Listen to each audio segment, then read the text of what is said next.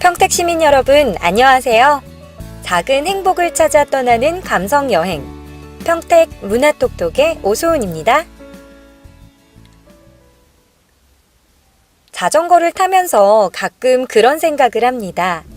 자전거를 누가 발명했는지는 모르겠지만 이 바퀴 2개만으로도 넘어지지 않게 탈 수 있다는 생각. 이런 상상을 한 사람은 분명 천재였을 거예요. 최근에 우리나라의 자전거 보유수가 급증하고 있다는데요. 고유가 탓도 있겠지만 사실 자전거 타기 자체를 즐기는 애호가들이 꾸준히 증가했기 때문이라고 하네요. 우리 시에서도 2014 평택사랑 자전거 대행진이 지난 9일 평택시청 앞 광장에서 열렸는데요. 자전거를 생활화하는 시민들 800여 명이 참석해서 줄넘기 연합회와 우슈 연합회의 식전 공연을 시작으로 몸풀기 스트레칭에 이어 출발 신호와 함께 대회를 진행했습니다. 이번 대회는 평택시청을 출발해서 수원지방법원 평택지원을 반환점으로 돌아오는 8km의 구간이었는데요. 건강도 지키면서 가족과도 소중한 추억을 만드는 특별한 시간이었다고 하네요. 우리 시에서는 평택호와 연계되는 자전거 전용 도로를 점차 확대하고 있기 때문에 더 많은 자전거 동호인들이 마음껏 달릴 수 있길 기대해 볼게요. 30살은 아직 젊습니다. 20대의 활기와 정열이 여전히 넘쳐오르기 때문에 인생을 호기심과 열정으로 대할 수 있고 또 좀 더 폭넓게 인생을 수용하기 시작하는 축복받은 나이죠.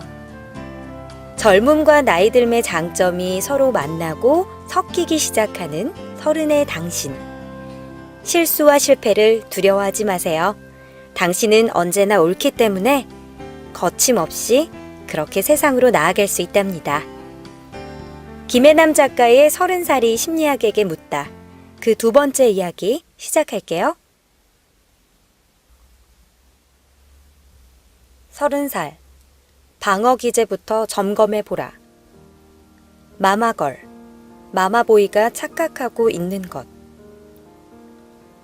엄마로부터 독립하지 못하고 엄마의 통제 속에서 갈등하는 사람들에게 부모로부터 벗어나지 못하는 이유를 물으면 그들은 대부분 효도를 그 이유로 든다.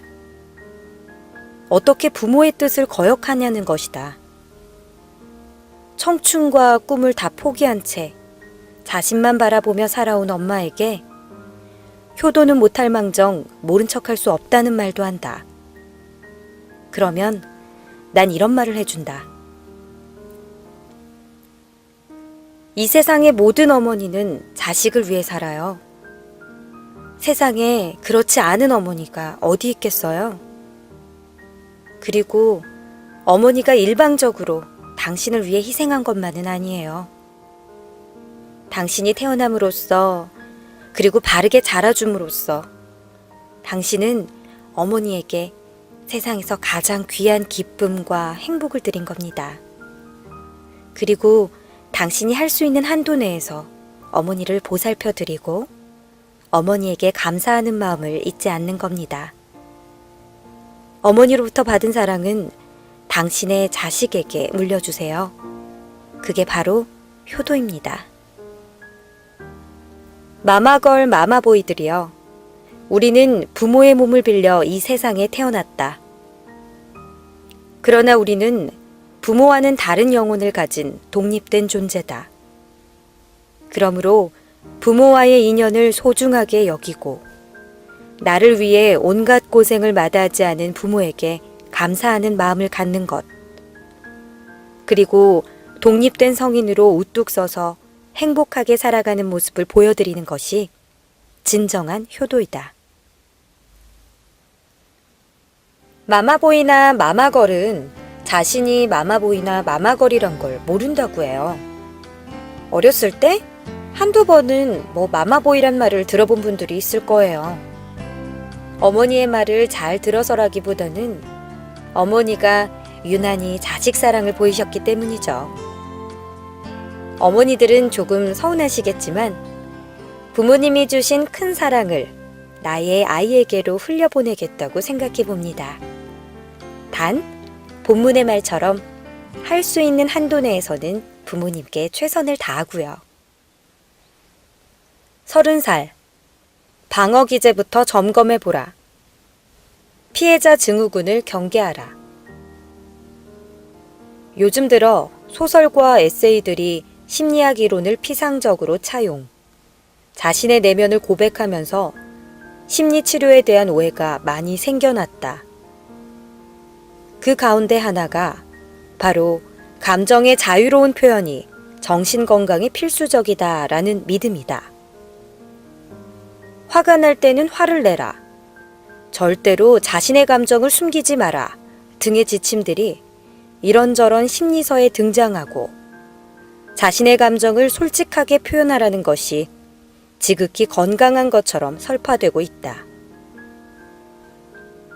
그러나 정신분석에서 말하는 이드가 있는 곳에 자아를 이란 말은 본능적 욕구나 감정을 자신에게 숨기지 말라는 뜻이지 그것을 모두 밖으로 표현하라는 의미는 아니다. 만일 우리가 내부의 욕망이나 감정을 거르지 않고 그대로 다 표현한다면 모두 끔찍한 괴물이 되고 말 것이다. 그러므로 난 이럴 수밖에 없어 라고 말하며 너는 내가 원하는 걸 모두 들어줘야 해 라고 하는 것은 폭력이나 다름없다. 그럼에도 피해자 증후군을 가진 사람들은 여전히 자신을 피해자라고 인식한다. 그들이 그럴 수 있는 것은 과거에 자신의 자아가 상처를 입거나 억압을 받아 손상되었다고 확신하기 때문이다. 그들은 나는 과거에 고통스러운 나날을 보냈어. 난 피해자야. 그러니까 지금 내가 이러는 건 당연해. 너희는 나를 이해하고 감싸줘야 해. 그리고 과거에 못 받은 사랑을 너희가 나에게 주어야 해. 라고 생각하는 것이다. 우리나라에 전통적인 병이 있죠. 다름 아닌 화병인데요. 표현을 못해서 생기는 병이라고 하네요. 그래서 최근에는 많은 사람들이 화를 참지 말라고 합니다. 다 표현하라고. 절대로 감정을 숨기지 말라고 하죠. 하지만 이 책은 말합니다. 우리 모두가 자신의 내부의 욕망이나 감정을 거르지 않고 다 표현해버린다면 모두 끔찍한 괴물이 되고 말 거라고요. 정말 그럴까요? 괴물이 되고 말까요? 여러분은 어떻게 생각하세요? 이달에는 수능날이 있었는데요.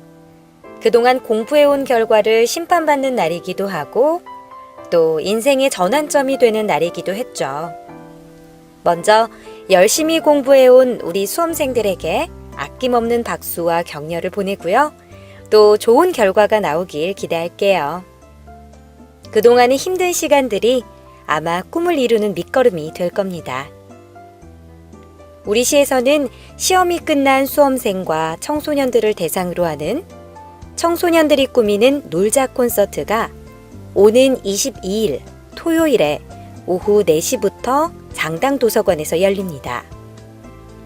청소년 친구들이 밴드 공연을 펼칠 때마다 그 노래에 맞춰서 어울리는 책을 추천한다고 하는데요. 드레스 코드가 레드, 빨간색이라고 하네요. 모자나 머리띠, 팔찌, 티셔츠, 뭐 어떤 것이든 상관은 없다고 하니까요. 꼭 빨간 색상을 착용해서 즐기길 바랄게요. 지금까지 작은 행복을 찾아 떠나는 감성여행 평택 문화톡톡의 오소은이었습니다.